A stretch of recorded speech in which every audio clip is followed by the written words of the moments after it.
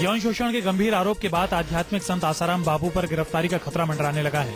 Jodhpur police उनसे किसी भी समय पूछताछ कर सकती है। आसाराम का जोधपुर आश्रम सील कर दिया गया है। इस मसले पर राजस्थान के सीएम ने कहा कि मामले की जांच कराएंगे। जोधपुर के पुलिस कमिश्नर के मुताबिक आसाराम के खिलाफ मामला दर्ज कर लिया गया है। जांच शुरू हो चुकी है। ये साबित हो चुका है कि 16 अगस्त तक आसाराम बापू जोधपुर में ही थे। सबूत हाथ लगते ही आगे की कार्रवाई की जाएगी। जो आरोप उन्होंने उठाया है उसका हर तथ्यों का तस्दीक कर रहा है। जैसे तथ्य प्रमाणित हो जाएंगे नेक्स्ट कार्रवाई किया जाएगा।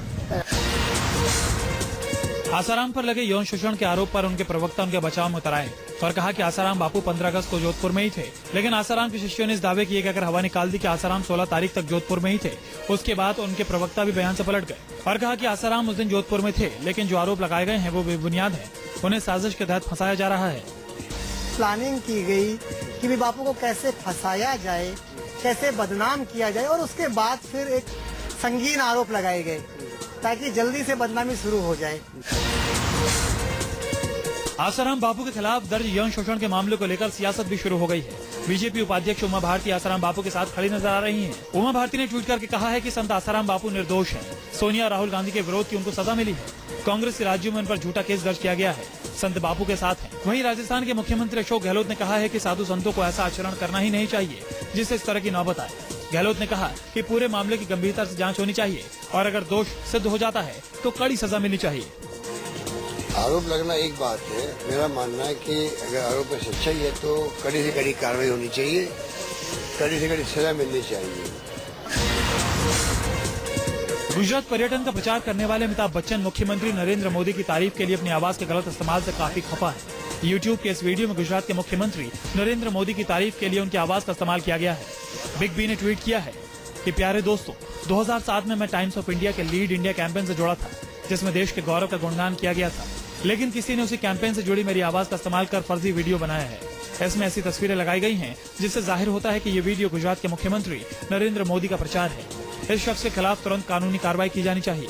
वीडियो में आवाज पर बिग बी के ऐतराज पर नरेंद्र मोदी ने भी ट्वीट किया है। मोदी ने भी ट्वीट करके लिखा है कि वीडियो बनाने वाले को तुरंत अमिताभ जी से माफी मांगनी चाहिए। रिलायंस एडीएजी के अध्यक्ष अनिल अंबानी 2G मामले में आज सीबीआई के गवाह के रूप में दिल्ली की अदालत में पेश हुए। इससे पहले अदालत ने उनकी गवाही स्थगित करके रिलायंस टेलीकॉम लिमिटेड यानी आरटीएल की अपील खारिज कर दी थी। अनिल ने कोर्ट को बताया कि उनके ग्रुप में कई कंपनियां हैं और हर कंपनी से जुड़ी जानकारी उनके पास नहीं है। दूसरी ओर सीबीआई ने कोर्ट को बताया कि अनिल अंबानी जांच में सहयोग नहीं कर रहे। वहीं अनिल अंबानी की पत्नी टीना अंबानी के गवाह के रूप में 23 अगस्त को बुलाया गया है। पूर्व दूरसंचार मंत्री ए राजा और तमिलनाडु के पूर्व सीएम करुणानिधि की बेटी कनिमोजी सहित आरटीएल 2G मामले में मुकदमे का सामना कर रही है। यूपी सरकार जहां संतों और स्वयं सेवकों को इस परिक्रमा में पहुंचने से पहले गिरफ्तार करने की पूरी तैयारी में है, तो वीएचपी गिरफ्तारी देने का कार्यक्रम तय करने में जुटी है। प्रशासन ने अयोध्या, गोंडा, बहराइच, अम्बेडकर नगर, फैजाबाद और बाराबंकी में बड़ी तादाद में सुरक्षा बलों की तैनाती की है। रेलवे स्टेशनों, बस अड्डे और हवाई अड्डे पर कड़ी निगरानी शुरू कर दी है। समाजवादी पार्टी का कहना है कि कुछ लोग राज्य में गुजरात जैसा माहौल बनाना चाहते हैं और सरकार ऐसा नहीं होने देगी। अगले साल लोकसभा चुनाव होने हैं, इसलिए समय से पहले परिक्रमा के बहाने अयोध्या पर राजनीति शुरू हो गई है। उत्तर प्रदेश की समाजवादी पार्टी सरकार ने एक विवाद स्वयं अपने स्तर पर खड़ा किया है और उसने जानबूझकर के यात्रा में को बाधित करने का प्रयास कर रही है सरकार। 84 कोसी परिक्रमा पर सियासी रोटी सेकने में सभी दल जुटे हैं। बीजेपी ने इजाजत नहीं देने के पीछे आजम खान को जिम्मेदार ठहराया तो आजम ने हरिद्वार में दक्षिण काली मंदिर के पीठाधीश्वर महामंडलेश्वर कैलाशानंद ब्रह्मचारी से मुलाकात कर जिताने की कोशिश की है कि यूपी की अखिलेश सरकार हिंदू हित का ख्याल रखने वाली है। आजम खान कैलाशानंद के महारुद्राभिषेक कार्यक्रम में भाग लेने आए थे।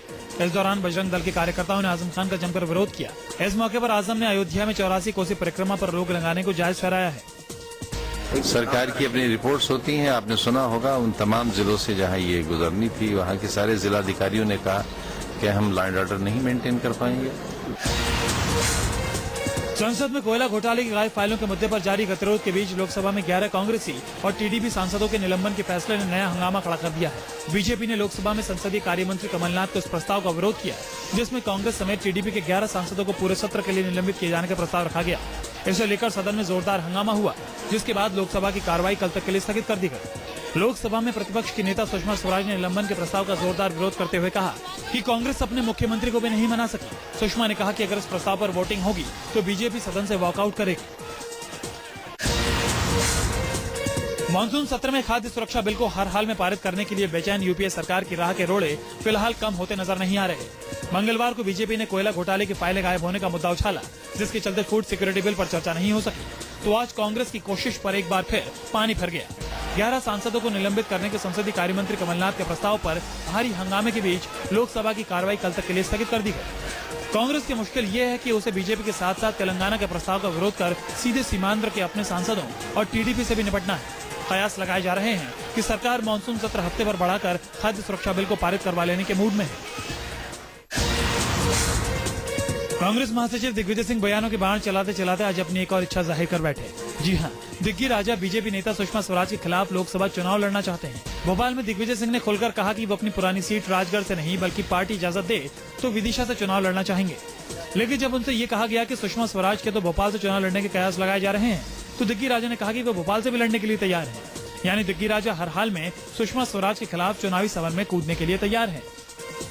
सुषमा जी के खिलाफ अगर पार्टी टिकट, हाँ बिल्कुल, पार्टी अगर टिकट देगी तो लड़ूंगा। दिल्ली में आम आदमी पार्टी की तरह बीजेपी भी एफआईआर दर्ज नहीं होने पर आम लोगों की मदद करेगी। ये दावा किया है दिल्ली बीजेपी के अध्यक्ष विजय गोयल ने। विजय गोयल ने मर्डर के मामलों और दिल्ली में बढ़ते क्राइम ग्राफ को लेकर चिंता जताते हुए Delhi police commissioner BS Bassi से मुलाकात की और इस मुलाकात के बाद कहा कि अब से दिल्ली में अगर किसी आम आदमी की एफआईआर दर्ज नहीं की जाती तो वो शख्स दिल्ली बीजेपी के दफ्तर में आ सकता है और एफआईआर दर्ज करवाने में बीजेपी मदद करेगी और जरूरत पड़ने पर प्रदर्शन भी करेगी। दिल्ली के अंदर किसी की भी एफआईआर दर्ज नहीं होती तो वो बीजेपी के कार्यालय के अंदर आता है तो हम उसकी एफआईआर दर्ज कराने की व्यवस्था करेंगे अगर कहीं थानों से हमें शिकायत आती है तो। दरअसल बीजेपी हर मोर्चे पर शीला दीक्षित सरकार को विफल बनाने की मुहिम में जुटी है, लेकिन दिक्कत यह है कि पार्टी घर के झगड़े से ही नहीं उबर पा रही है।